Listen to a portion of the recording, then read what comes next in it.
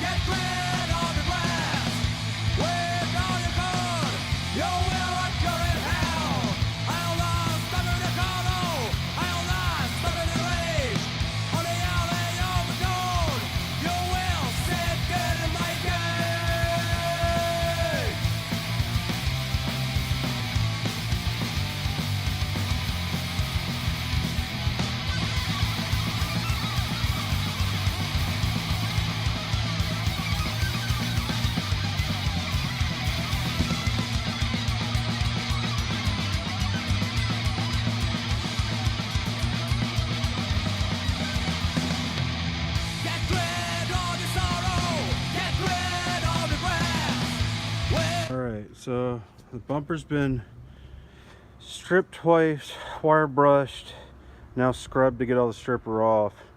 So we're gonna let it dry in the sun. On the front bumper, my kid just dry sanded. It looks pretty good. So what I'm gonna do is end up spraying some white on this and then roughing it up again. So that way, because that's more spray paint silver and this is more white. So we'll hit it with some white in a few areas and then lightly dry sand it to bring through the underlying colors. So that's the plan. Right now I am going to just knock off the stripper on the back of here, and I went ahead and put stripper on the letters because I know that one-shot paint is a real pain in the ass. So I'm going to hit this, knock this off, and then go back to dry sanding the grill.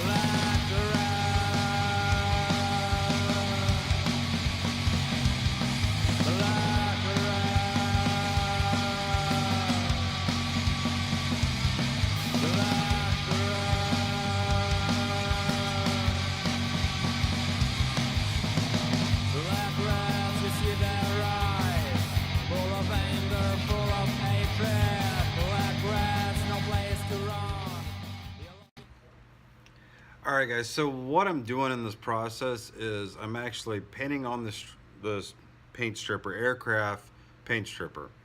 All right, so you coat it on, you give it about 15 minutes. Then they say to scrape it off with a putty knife, okay?